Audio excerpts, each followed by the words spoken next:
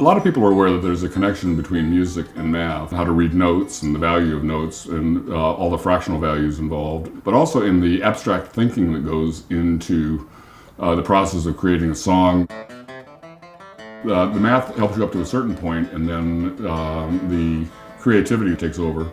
And when you blend those two things together, you get a very powerful combination of good music.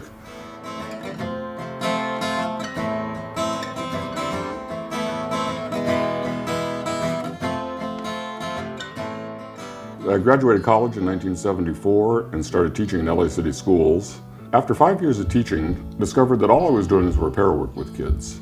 Probably the most frustrating thing for teachers is to realize that you've got kids that are working 1, 2, 3, sometimes 4 years below grade level by the time they get to middle school.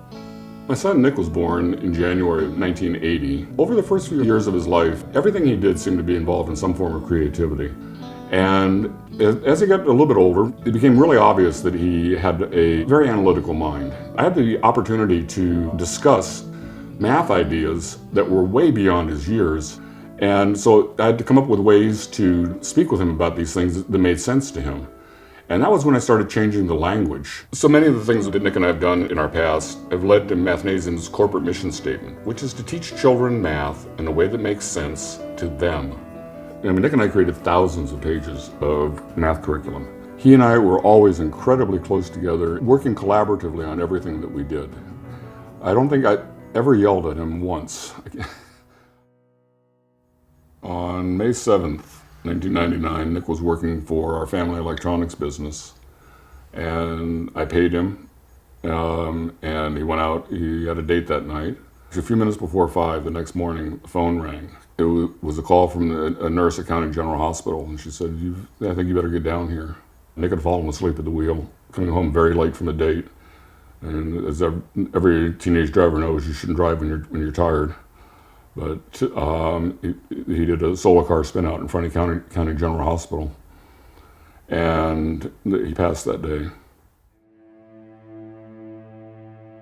My wife and I sat down, and we said, so, where do we go from here?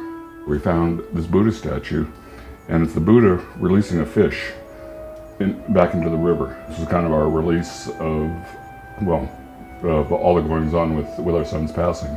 With Nick not being here, probably the greatest memorial that we can do is to make this work that was based on his thinking, to indeed bring it to a larger audience. It was 3 years later that I met Peter and David and we started Mathnasium. We're literally worldwide now. There are Mathnasiums on every continent but Africa and Australia. The first trip I took for Mathnasium, we opened our first international center. Spent a week doing interviews and training staff, all kinds of things. And when I was ready to leave, my host there gave me a present, this picture. And when I looked at it, I said, you have no idea how important this is to me and my wife. And this was the universe bringing the fish back in multiplicity, in the number of adults and the number of kids whose lives have been touched by Nick's presence, and all the people we've touched with the Mathnasium method.